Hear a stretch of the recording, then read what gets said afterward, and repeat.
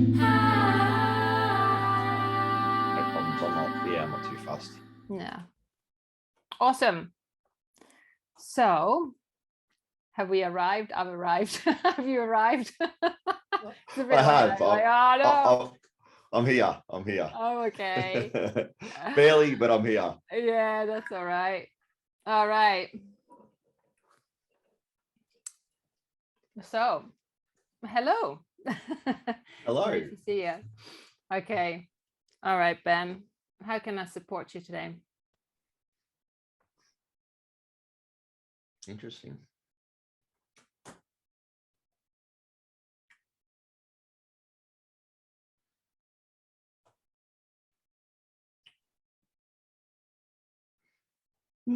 It's an interesting question, isn't it? How can you support me today? How about getting to know how I can best support others?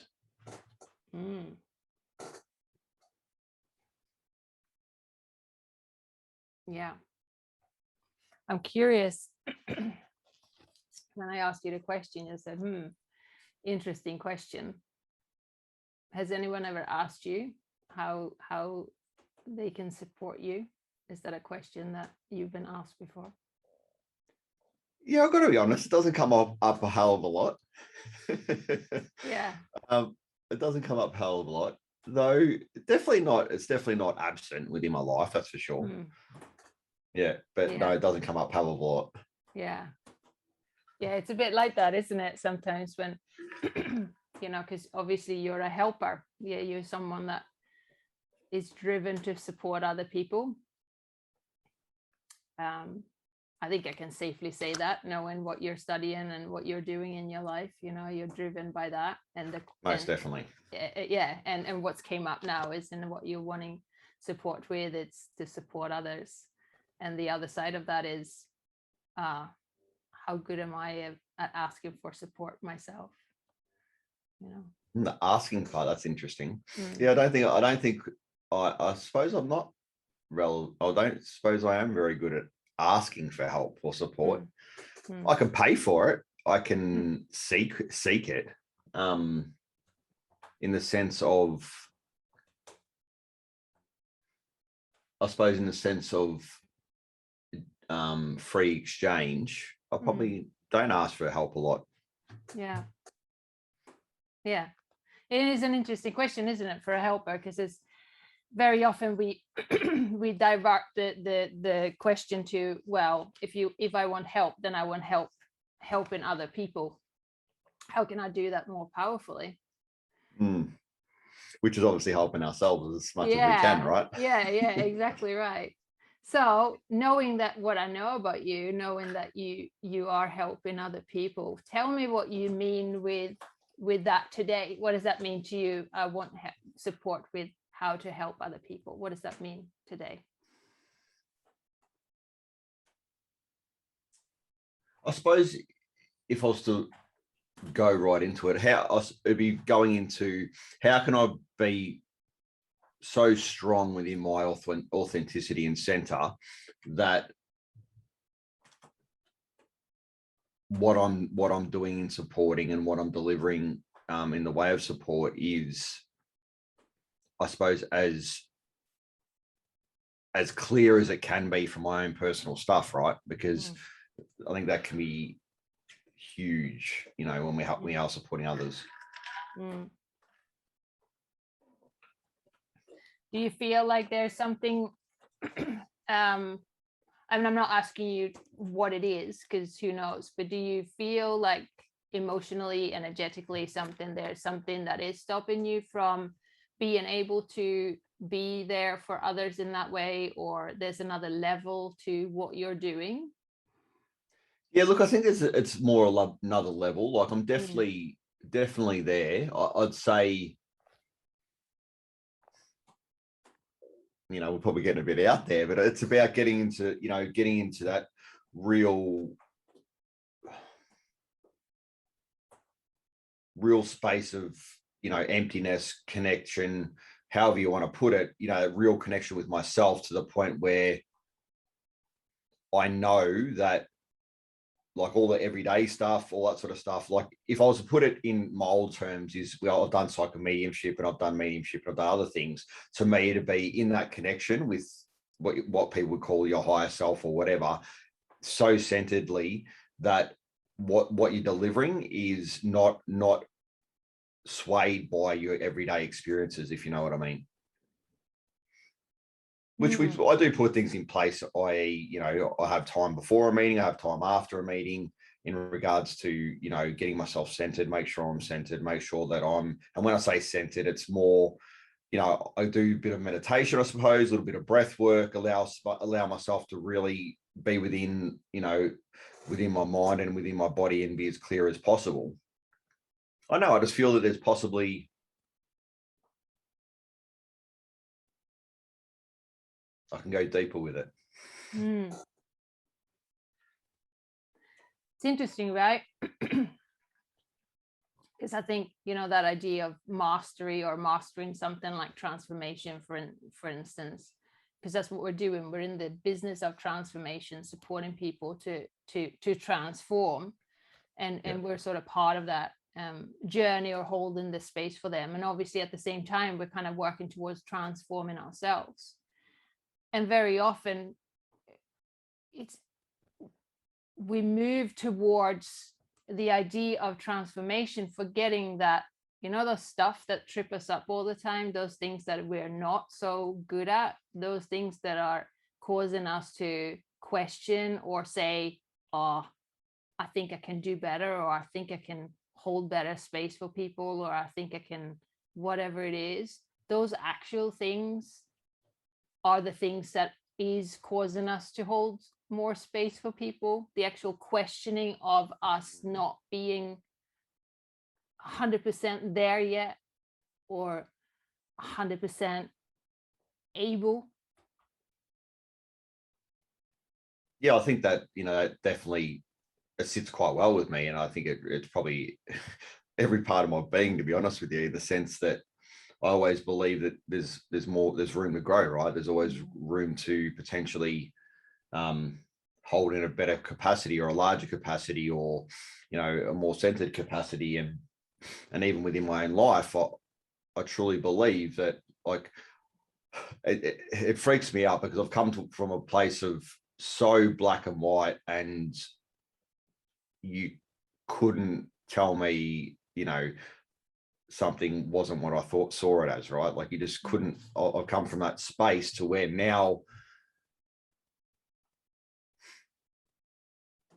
I think I'd be quite arrogant to think that I've got it all sorted, right? That I've got it all, that it's 100%, I'm 100% there. It's perfection, you know. And I always say, like, what is perfection? And I think we've discussed this before. So for me, I know I'm getting really comfortable in that, really comfortable in knowing that I don't need to know all the answers, and they don't have to be right either, or that it's not my perspective that's, you know, the only one either. Like it's, I think, I know it's an interesting space to come in. Now, is that always, am I always on tune with that? Frig no. Like, is there chaos within my life at times? Yes.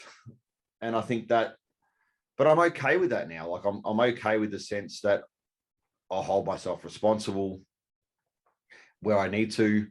I'll take responsibility for my actions. And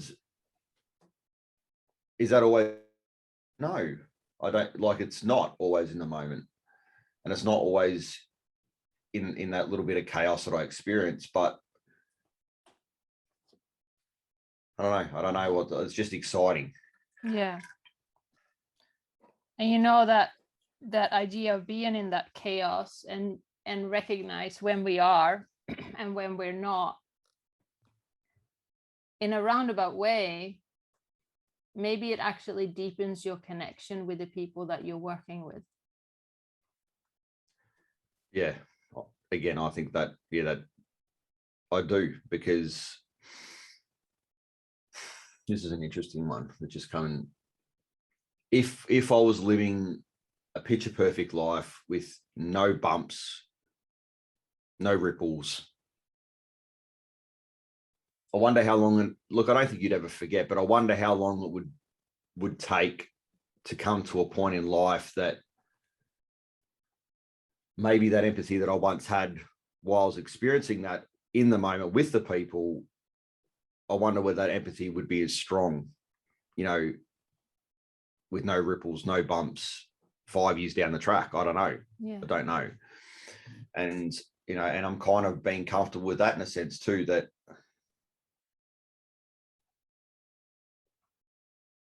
you know, someone said to me the other day about perfection, right? Like a definition of perfection is when you can live your daily moment to moment experiences and not want to change a thing. And, you know, I suppose I'm just getting to a point in my life where the more that I support others or I'll work with others or talk to others or connect, you know, the more that I realize that, you know, there's so much to be, there's so many ways to view things, right? There's so many ways to look at things, and I'm just trying to be, I suppose, as open as possible with who I am and the way I am. Yeah. Yeah, because I mean, the people that you'll be working with, they also have flaws and imperfections, you know, and very often those are the reasons why they're drawn to working with you, because, and they come to you because they think, oh, I need to remove those things in my life so that I will, you know, live a better life. But the truth is, those things, those bumps, those imperfections that we have are the things that make up our life and the things that makes us grow anyway. So whether we grow, you know, whether we grow or not is the purpose, is the, you know, is the point, not whether we experience diversity or not. That's kind of inevitable in our, especially in, I mean, we're going to see it all the time when we're working with people. Yeah, definitely. I think that's certainly been my experience is, you know, the most trauma I would say I experienced in my life was when I was stagnant. I didn't want to move, didn't want to grow, didn't want to look at anything, didn't want to change. I saw things a certain way, and that's how it was. And for me personally, that was the most traumatic parts, or what I would call, or what we would call traumatic parts of my life, was being stagnant. Yeah, and pretending to be somebody or not, we are not. That is living in a fake world, isn't it? You know, so perfection in that way, if we're showing that beautiful side of ourselves all the time, that is really living in a fake world. Yeah. Saying that we have it all worked out. Yeah, totally. Yeah, I mean, yeah, I kind of just laugh about perfection now and go, oh, you know, and when I say I laugh about perfection, it's not my view or perception of perfection. It's like, I suppose it's my old view. Everything's got to be perfect, right? Everything's got to be in a line. There can't be any flaws. There can't be any mistakes. There can't be any, like, that was my old perception of perfection. And I just laugh at that. I think, what a life too that would be. Like, how, I wonder how, if you experience a life like that, would it just be boring? I don't know. Yeah. Well, I think probably, right? Probably. And especially for us, like, would you know, that wouldn't even be on the radar, would it? You know, because it's not who we are. So, you know, coming back to helping other people, like this stuff here, that's your experience, you know, that's your truth. Those are the things that will help other people to find those, be okay with those imperfections in their lives. Like, I'm sighing because how, like, what a weight off my shoulders it was when I came to some realizations in my life that I didn't need to be perfect. you know, and it was okay that I made mistakes, and it was okay that,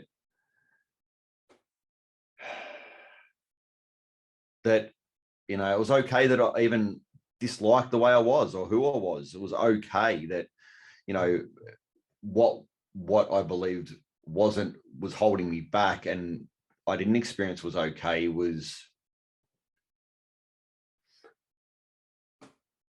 being stagnant in that, and not growing in that, and thinking that that's it, I'm done, I've broken it, like I can't fix it, I can't do anything about it, I can't, you know, I've stuffed up, life's over, you know, all everything that I've done or experienced in my life that wasn't perfection, you know, it's too late. I don't even think I was saying that to myself, but it was kind of the way I was acting. Yeah. And, you know, having been in that situation yourself, having experienced that, and on quite a, you know, a large scale, really. I mean, you've been through a lot. You've had to deal with a lot of stuff yourself. Being able to bring that Definitely. into this space of transformation, really. I'm not sure if you can hear me. You've frozen again. I can hear you really well. Can you hear me? Can you hear me?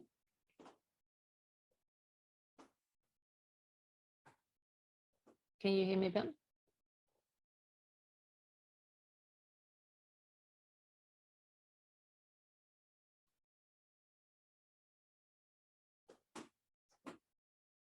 You can't hear me? Hello? Yeah, you can hear me now. I can hear you now, yeah. Yeah.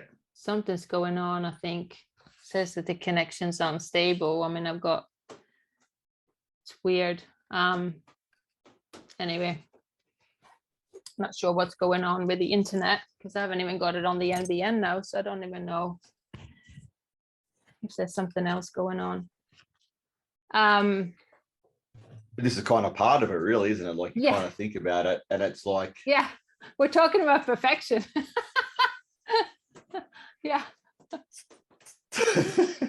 Totally, you know, and I've had to deal with stuff myself, especially when I'm recording day in and day out and having meetings with people, and it's like I recorded a whole episode the other day with my microphone way too loud, and it sounds like I'm I might as well be out on the middle of a highway, right?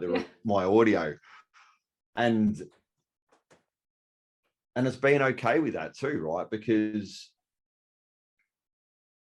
what I think I've realized for myself, like doing this journey and looking through stuff, is sometimes there's way too much perfection portrayed out in the world.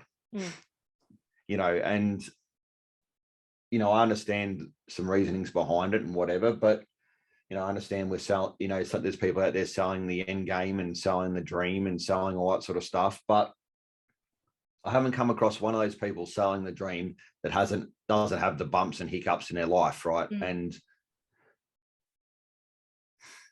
I don't know. I think maybe if there was a lot more acceptance out there, in the sense that even those that are supporting or aren't perfection, you know, and we all, you know, a lot of people allow themselves even to step off these pedestals, because we say as mentors and coaches and teachers and that we don't want to be on these pedestals, but to me, I don't know, like if we're selling this perfection, a life of perfection, then we're kind of setting the framework for that pedestal, right?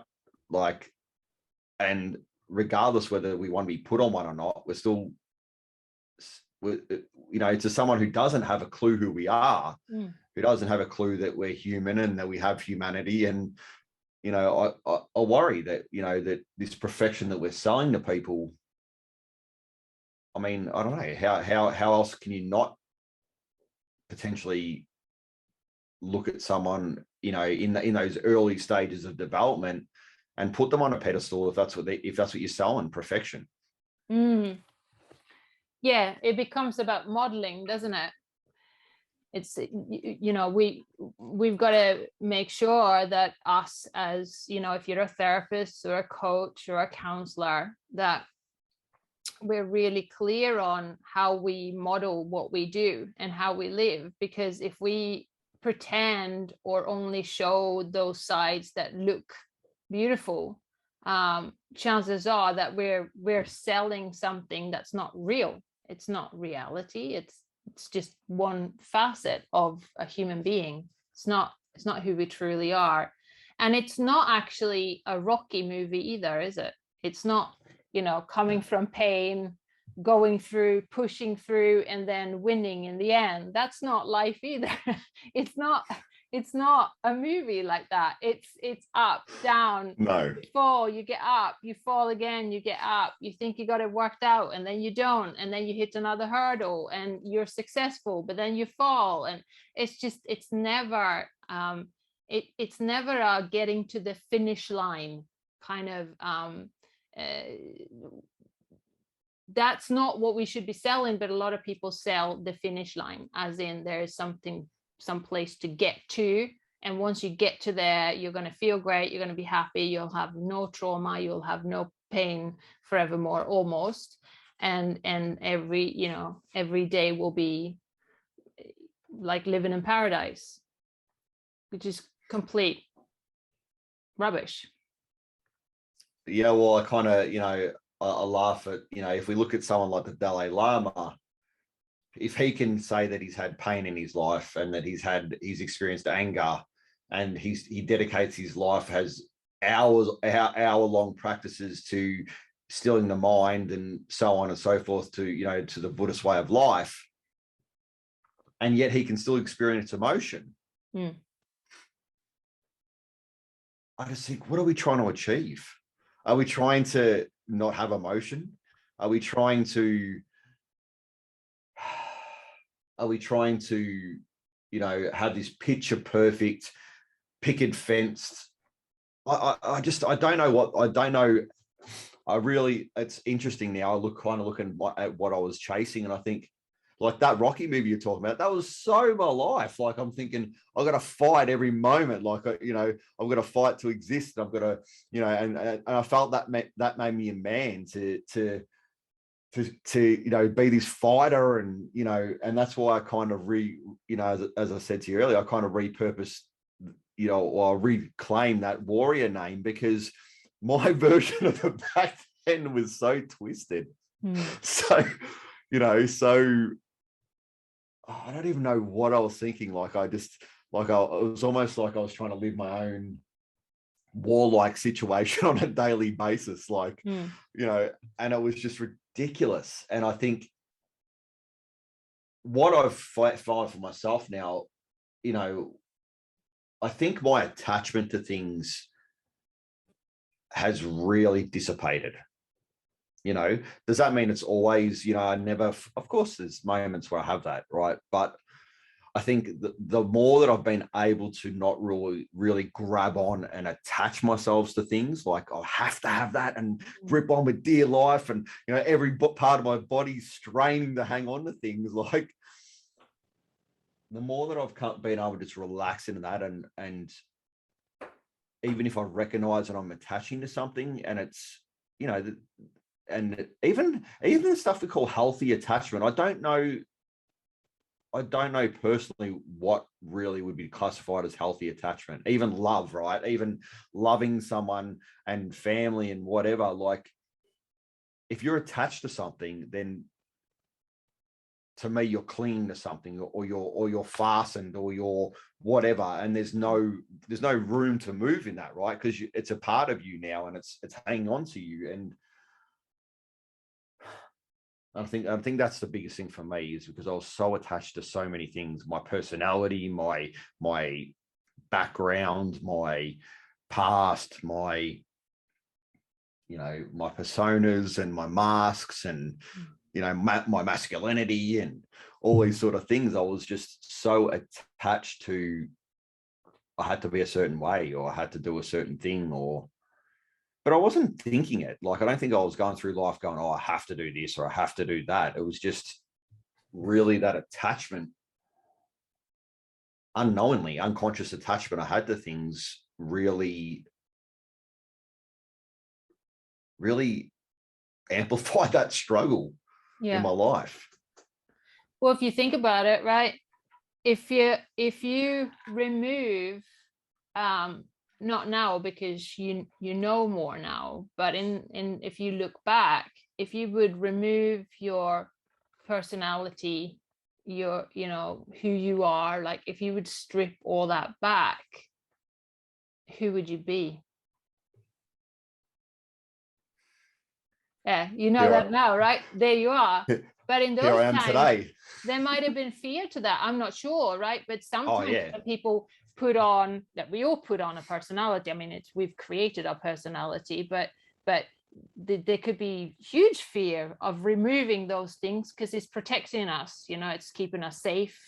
Really, it's keeping us protected. It's making us feel like we matter. People see me when whatever it is. There could be something that causes us to hold those personality traits, and normally they have to do with some form of fear, whether that's, you know, not feeling like we belong, or not feeling like we matter, or not, you know, feeling totally unsafe. I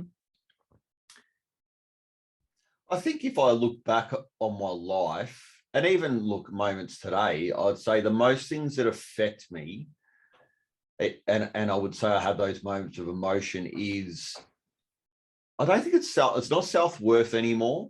It's judgment, not being liked, being judged, and I wouldn't even say it's the love thing anymore. Like, oh, they don't love me or none of that. I'd say it's definitely, if I get affected now, it's more to do with judgment. I feel like, you know, I don't want to feel like I'm being judged or whatever, or looked in a certain light, or and I suppose if I look at that, you know, I don't want to be looked in a certain light, then there's a sense of, I suppose, uncertainty within myself in how I'm being seen, right? I suppose, in a sense, really. But that's probably what it is for me. It's not the old stuff of self-worth, and because, you know, without being egotistical, I know my self-worth now.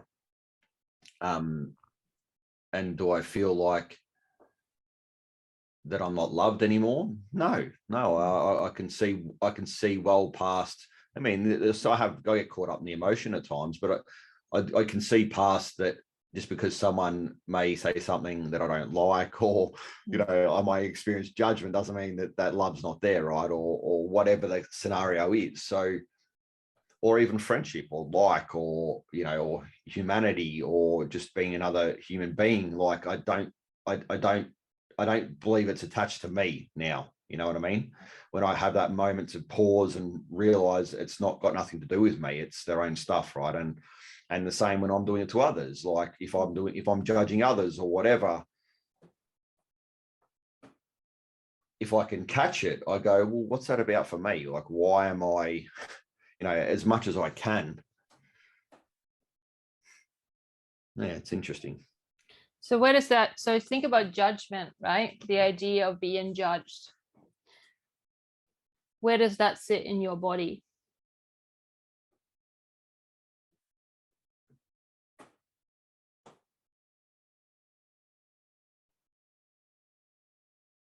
It's interesting because definitely within the gut, but I can also feel the heart. But it seems, I don't know, because I feel a lot in my energy. To me, it feels a lot lighter. You know what I mean? Like the gut stuff is more. It's almost like the heart knows it's bullshit, but the gut's thinking, oh, maybe there's something there. That's the way I kind of experience it. It's in my gut, I'd say, more so. It sits in your gut. The judgment of others judging me it sits in my gut, you know. Okay. The judgment of others judging me. I like that. Yeah. Sits in my gut. Yeah. So I'm interested in that. So the judgment of others judging me. So there seems to be a more feistiness in that than the judgment of others. how does that feel to you? Like, it's more, yeah, I think that's definitely like, yeah, interesting. Because I do still have moments where I get, I get angry, right? Like I'm human, but yeah, it's interesting. So I suppose that's what it is. There's, to me, that there's that fire that's left in me that I suppose I could still call anger. And there's good anger, right? Like we've spoken about this before. There is definitely good anger and it can help with a lot of things. But what I would call is my unhealthy anger, for me personally, prospectively, where I'm not happy with it, in the sense that I'm not showing behavior that I want to show. Yeah, I would say that it definitely sits in the judgment of others judging me. Yeah. And if I go deeper into that, I think that probably, it's going back to some old patterns, in the sense that I'm spending so much time trying not to judge others that when I'm being judged, or I feel that I'm being judged, because let's be honest, what I feel and what someone may think that they're doing don't necessarily they don't necessarily match up. But yeah, so I think that's interesting. That's a really good realization for me to with the anger. Yeah. And when I say anger, like, I'm okay saying anger now. Like, I wouldn't be able to say anger, a while back, because I had so much judgment with myself with anger, right?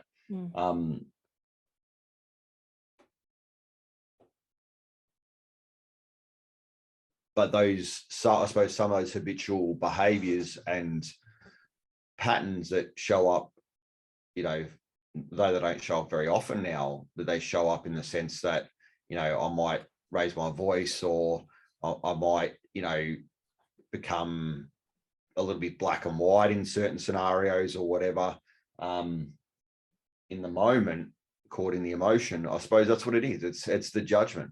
That's what it comes down to, which is interesting, because I never really pinpointed it to why it still existed in that fashion. That feeling of judgment or judging others, if you project that towards yourself, what's underneath that? What feeling is under the anger?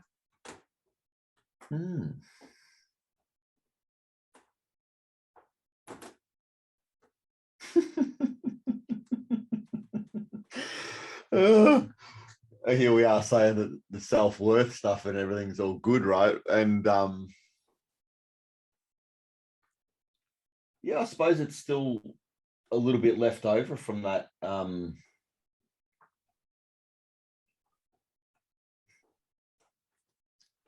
I call it worry now. Worry that,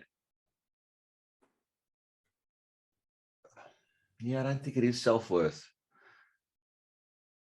Let me go deeper.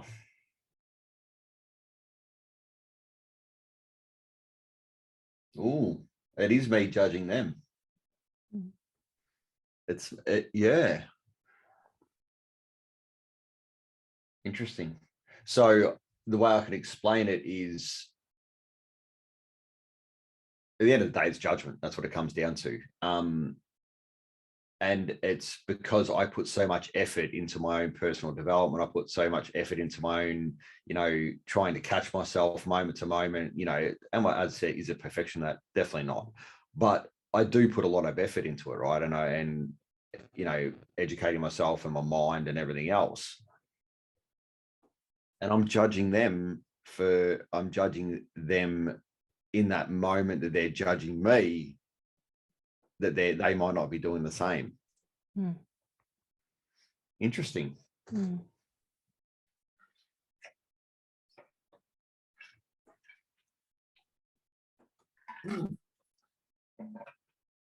And if I go, let me go deeper than that judgment. Let's go deeper than that judgment.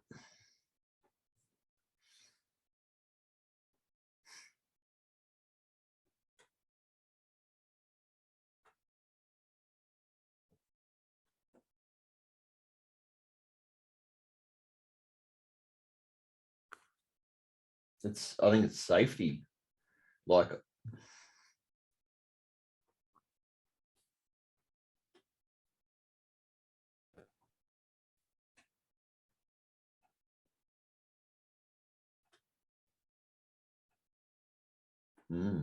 yeah, so it's if I go deeper than the judgment, I think it's really that love,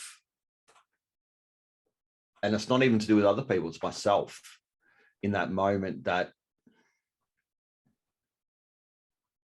I'm probably judging myself more than others of putting myself in a scenario. It's weird. It's a mix of emotions. So it's almost like a cocktail, little cocktail simmering there. It's almost like I'm putting myself in a scenario where I feel like I've still got to contribute.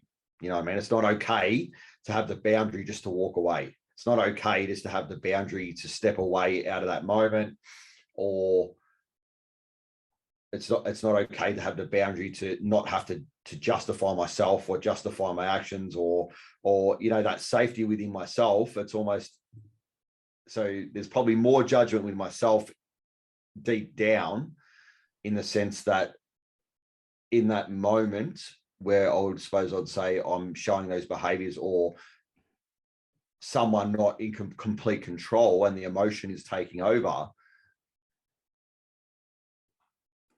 I'm not allowing myself to have the boundaries just to say, this isn't okay. This conversation isn't okay right from the start. If that makes sense. And how could it be, right? If you think about it, how could it be that we allow ourselves to take on that judgment? How could it be that you say it's okay for you to take on that judgment?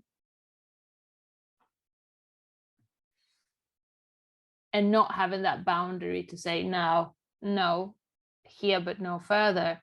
There's a part of you that's saying, hey, yeah, I take that on. Yeah, totally. And it's justifying. That's what it is. It's almost it's a point, and here we go to self-worthiness. It's once I move past that barrier, I'm now justifying my existence.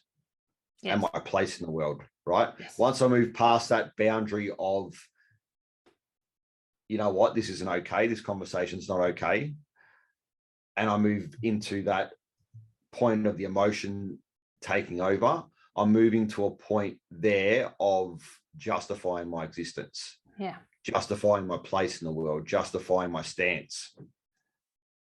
And I don't need to. I don't need to justify any of it. And especially when it's, now I want to clarify that, right? There's a difference between taking responsibility for our behaviors and the way we are versus justifying it, or justifying our existence, or justifying our stance, or why we do things. And I think that's definitely the line for me, is when I get to that point of not being able to say, you know what, this is not okay, I then begin to justify myself, which is a self-worthy thing, right? Yeah. Yeah. Exactly. So, because in a way, all we see is a mirror of ourselves. Yeah, it's so true.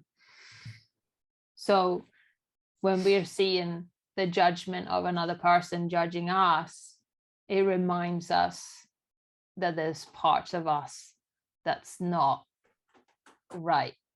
There's a kind of like that recognition of, oh, damn it. Yeah, there is flaws in me. I knew I wasn't 100% okay. I knew there was parts of me. It just reminds us, because we've done it already. Maybe we might not do it continuously, and you're on your path of healing and transformation, and you've done it for a long time. So I'm not saying that it's very deep for you now because you've done so much work, but sometimes it can still show up, because all transformation is, it's kind of like a spiral. It comes back sometimes, you know, the stuff we work on, whether that's worthiness, not feeling good enough, whatever it is, we get better at it and better at recognizing it. But sometimes we can be in a situation and it still hits us, it still kind of strikes us. It's like, you know, the knife is going in and we can feel it. Doesn't mean that the work we've done it hasn't changed anything. Of course it has, but there's still remnants of those feelings that pop up sometimes. And when someone does that, it triggers that part of us and we go, oh, and then we can sometimes get angry, lash out, whatever it is. It's a form of protection, isn't it? To protect ourselves. And what we're really doing is saying to ourselves, you know, I know I'm good enough. I know I can do this. I know I'm, you know, totally. But in a roundabout way, we're blaming whoever is in front of us that's triggering those things inside of ourselves. Yeah, 100%. And I think that's where that, you know, the judgment, but it also, that's when you start potentially slipping into that little bit of a victim thing, right? And not necessarily that I would say, I definitely have my moments within the victim, 100%, but I don't think I don't justify my moments now where I used to, you know what I mean? Like, I can reflect quite quickly now on myself and go, well, how much truth was really in that moment of, you know, experience, you know, how much truth of what I thought I was experiencing or what I was saying I was experiencing, you know, how much truth is in that. And yes, yeah, but yeah, it's interesting, very interesting. So give me something to ponder now. Yeah. So an exercise or something to work on or something to look at might be, in what areas of my life, emotionally, whatever it is, right? In what areas am I still judging myself? Where am I still judging myself? Where am I still putting myself down? What are those areas? And actually look at them and go, yeah, still working on that one. Yeah, it's interesting as you're saying that. Like, I'm kind of thinking into those moments, into those experiences, and the perfection thing comes up again, right? Because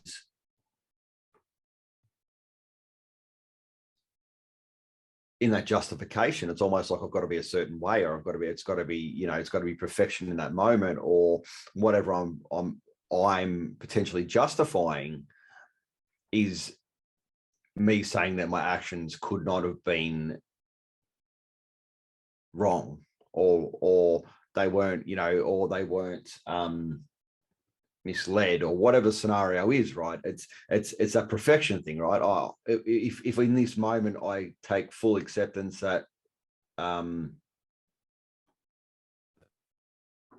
or ponder the thought of that maybe what the other person is saying could be potentially right, then there's no perfection in that, right? And it's almost like when we're justifying, we're trying to find that point of perfection of like, oh no, but I did it for a reason because it was, you know what I mean? Like, I don't know if that makes sense, but yeah,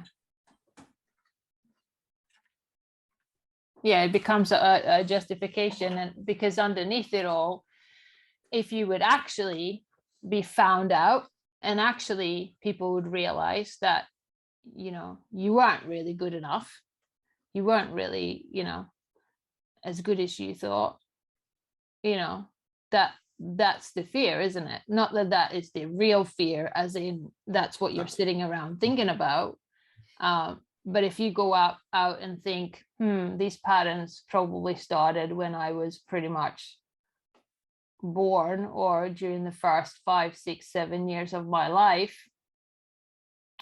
and I got taught how to live and how to show up and what to do to keep myself safe and all those things.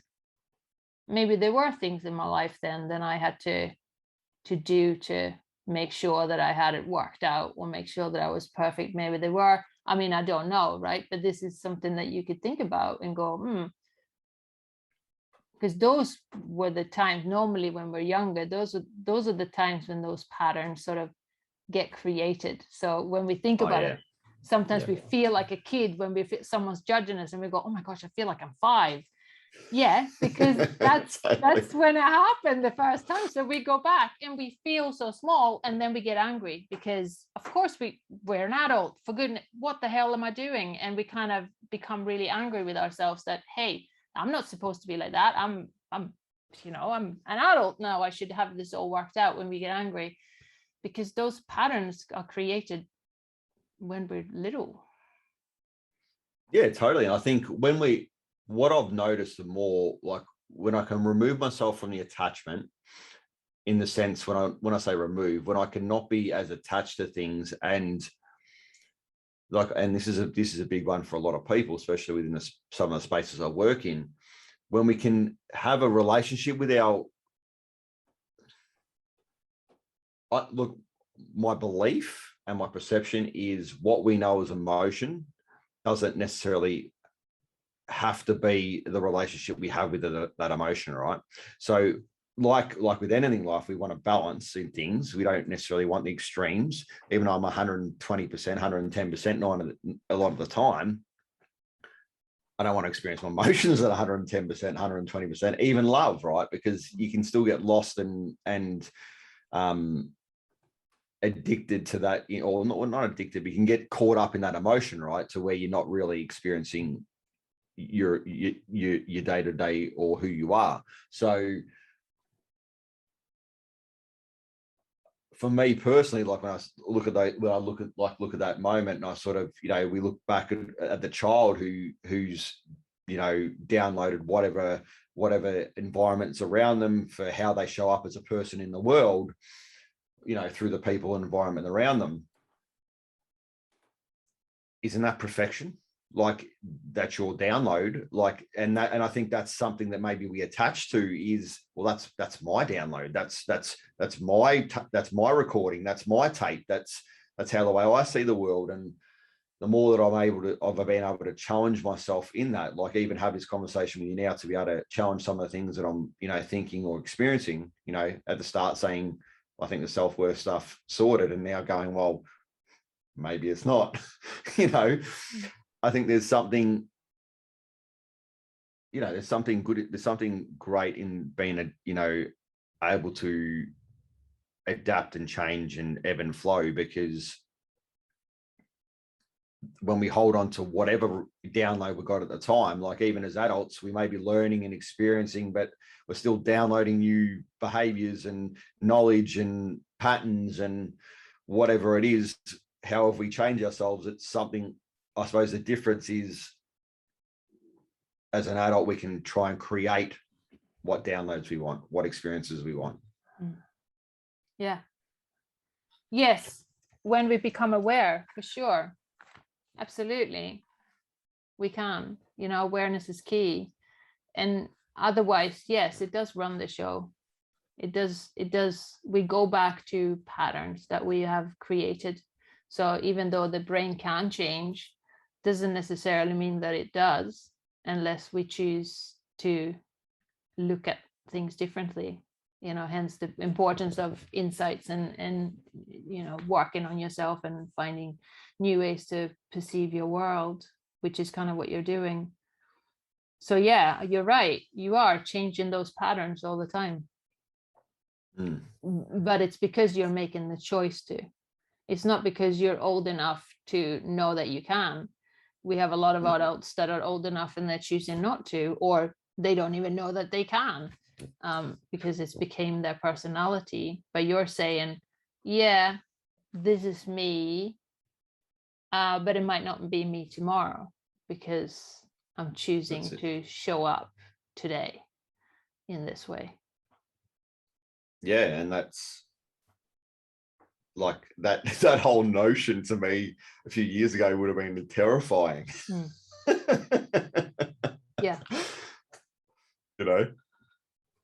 But it's true. Like, I mean, if I want to be a surfer tomorrow, well, then I need to change things about me. If I want to be, a ballet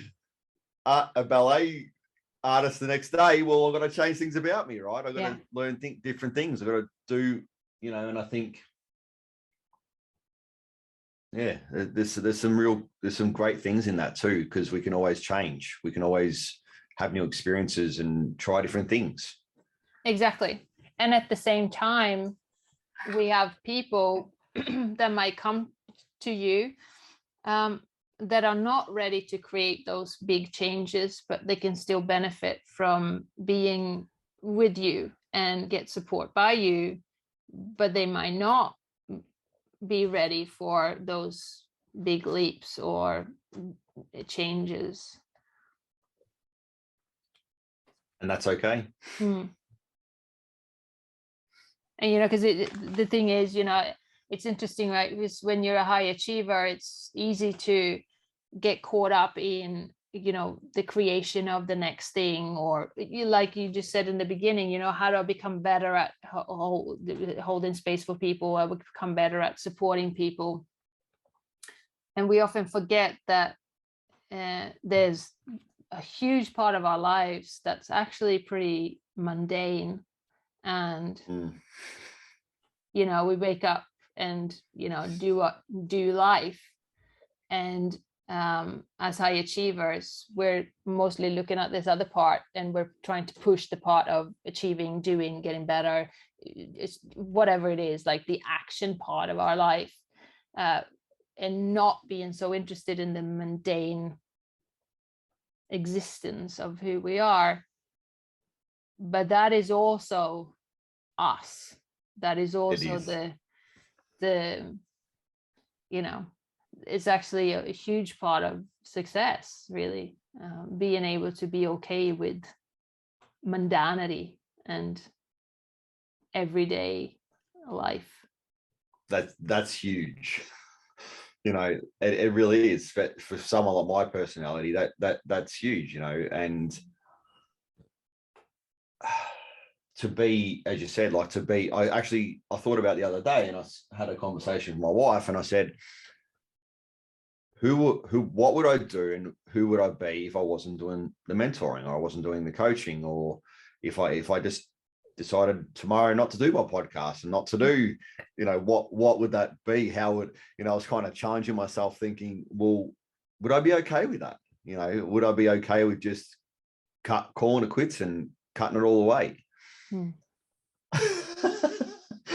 At first, there was this big chaos of internally,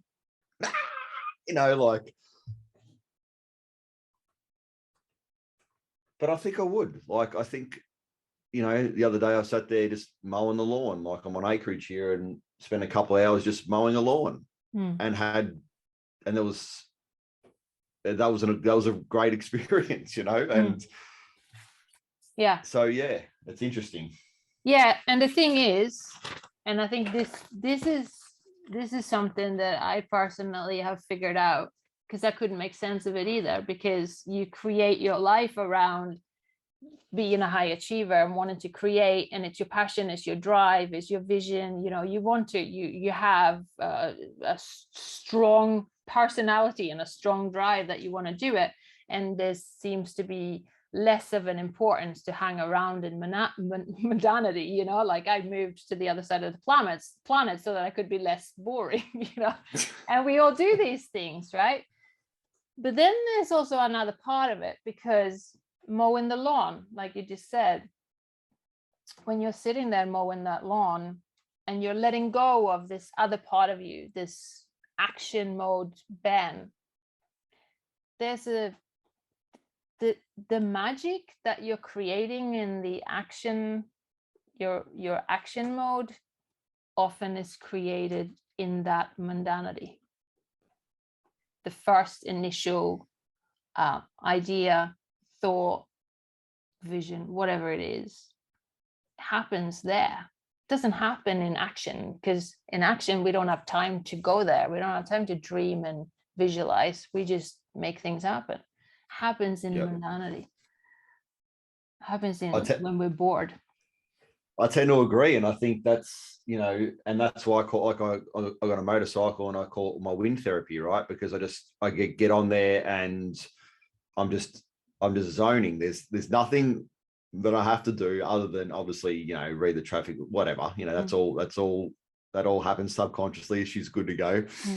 But in that main mundane stuff, or even doing the renovations around the house, or even meditating, they're all ticks and flicks, right? Like, I mean, would we be okay to sitting in a room just, pitch black, doing nothing, not hearing anything? Like, I don't know, but all these other things like meditating, wind therapy, mowing the lawns, whatever it is, sitting, even if it's sitting, staring at a picture, they're all deliberate action, right? Yes. But the difference is in those things and in those moments, you're doing it for you, no one else. You're not doing it for your family member. You're not doing it for, whatever. And I think that's the important thing, is where I have or allow myself to, I suppose, process and even integrate some of the things that I'm learning or experiencing, is in that mundane, just doing whatever, and that can be fitting out, doing some renovations, just because, when you put your headphones on, you're on a jackhammer, it's no, it's whatever, or whatever you're doing, hammering a nail or screwing something in, or I don't know, there's something magic in that too. And I think sometimes we forget that. Yeah, we do. And it's important that we go, that is the space where magic is initially created very often. And then it gets moved into, creating it, making it real. That's, you need both. You need the dreaming stage and you need the action stage. You can't have one and not the other. If you're in action too much and just want to create things, most of the time you lose your purpose and you might not have a clear vision. But if you have all of it, if you have, your heart-centeredness and your purpose and your action, that's where magic happens. And you have to have that vision behind it, the one that drives it. And you will not create that in action mode. It happens in mundanity. It happens in those boring parts of your life. So I think the mundanity needs to be like recreation. It's where you recover and rejuvenate, and that's where it happens. And I think you said something important. You said, when I do it for me, when I'm there, I do it for myself, I do it for me.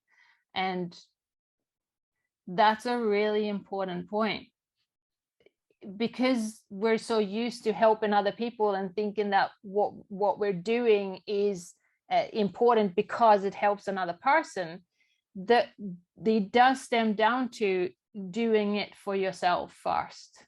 That's where it needs to grow from, because when we come from the other place, that's when we get caught up in perfection and making sure it's perfect, making sure that it works great, making sure I don't have any flaws, making sure that I need to show the swanky side of me. Once we stay in mundanity and create from that space of being bored, right, and just literally connecting to ourselves, we can come from that place and actually be okay with our imperfections. And it's even interesting, like, as you were sort of saying that, I was even thinking, like, even as a holistic counselor or a mentor, would we be okay with saying, I'm doing this for me? Would we be okay with saying, I'm being a mentor, I'm being a holistic counselor for me? Like, our whole job is potentially or our whole role more so is one of support. But I wonder how many people would be okay with saying, I'm doing that for me. Yeah, not many. And that, not many. However, I believe 100% that in order to become really good at this job, we need to understand that it really is so much about us, about the inner work that we do. I'm not talking about the unhealthy ego saying, oh, it's all about me, look at me. That's not it, right? And you know that. It's about taking that, I don't want to say responsibility, but in one way it's being responsible for our own transformation. Doing this job is twofold. One, we need to understand that it's all about self-mastery, meaning we will never be done on working on ourselves. there's always something more to learn. There's always something more that we need to master, and master is never done. And number two, we master the art of transformation, i.e. how to combine that self-mastery and actually being able to teach it, support it, coach other people, and hold the space for them. We need to do both. So it is a personal journey. It is about you. It's a lot about you, because otherwise you won't be able to hold this space for somebody else. Yeah, agreed. And, so many people used to tell me back in the day when I was, trying to support some veteran mates and whatever, and there was a lot of people, well, not a lot of people, there's a couple of people that were aware enough that would say to things like, you need to help yourself before you help others, right? Because you can be more detrimental in that scenario than actually supporting, if you're not in a place to be able to support someone, right? Because if you're not in a place within yourself, and I suppose, as you said that, it really comes home now where I'm at, the difference between where I'm at, where I was, though I felt like I was supporting everyone, and, but that was back in that unhealthy, oh yeah, I'll lay on the fire, you can walk over me, it's okay. So, that type of support, where it's very different now, and not that it has anything to do with me, but the more that I've been able to let go, I've seen more growth in the people that I thought I was supporting. The more that I've realized that maybe I was enabling, or maybe I was, being detrimental in what I thought of support. I've seen a lot more growth, well, personally, first and foremost, but secondly, in those that I thought I was supporting back in the day. Yeah. It's interesting, isn't it? Because you think it's the wrong way around. So surely we just need to focus on others, but actually it is really more important that we do that inner work. That's how you help others. It's holding that space. So going back to your original sort of question, or where you started, this is it. This is what we do. Yep. Don't give up. And, don't ever think that I'm done. Yeah. And I think if I can, which I have that awareness, but I'm sure there's days and there's moments where I get caught up thinking I'm all good. Yeah. And you are. You are, right? Everything's perfect. You are exactly where you're supposed to be. You are perfect, right?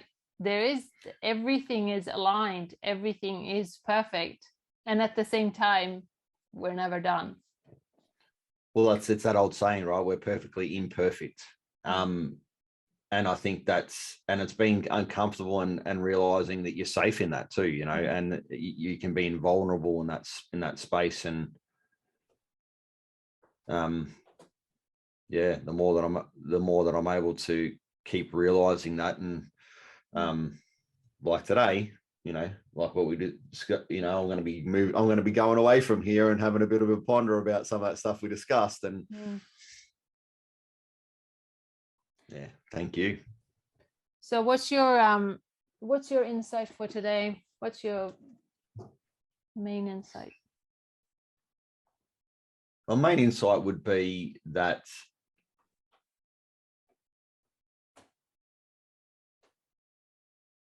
if I'm truly responsible for how I show up in the world, and I'm being authentic, then there's no need for justification.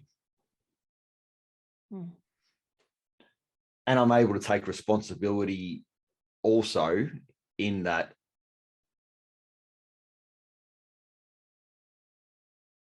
well, you would in your authenticity anyway, I think. in your authenticity, you take that responsibility. So I think that they're part and parcel. But yeah, I think that's for me is being and boundaries are okay, you know, and the more that I can realize that it's okay to be like that, the more that I can come to a point of understanding that boundaries aren't really boundaries. They're just, you know, it just is what it is. And this is what I am and aren't willing to accept. And I don't need to justify that. There doesn't need to be a long-winded explanation every time you say something to someone, you know what I mean?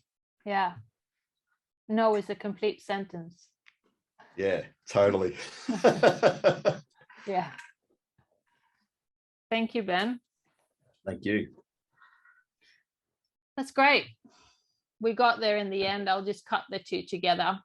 I think it'll just be a little gap, to be honest. And the other bits, if there's, you know, we'll just have to leave them if it sort of lags behind or something. I think it's all right. Sometimes the video lags behind, but when you're actually watching it and the recording, it's not that bad. So we'll see. But it just is what it is. It still ended up being a full session, and it's, you know, it'll be fine the way it is. So yeah, I'm more than happy with whatever it comes out. I'd love to get a link, you know, or message when it goes live. That'd be great. Of course, absolutely. So I'll do all the interviews first, and then I'll do the coaching sessions after, because I just needed a bit of time to put them. So I've done 3 out of 5 of the edits for the other stuff, and then I'll do the last 2, and then I'll start launching them probably next week, 1 a week or something, and then we'll do the coaching sessions after. So I'll send you, I'll probably upload them anyway, and have them as secret links, and then make them go live on YouTube and things like that. So I'll send it to you. Easy. Yeah. Thank you. Thank you. All right. Awesome. Great. And you'll let me know when your one comes out as well. Most definitely will. Yeah. We're done. Yeah. Awesome. Have a great afternoon. I'll talk to you soon. You too. All righty. See ya. Bye. Bye.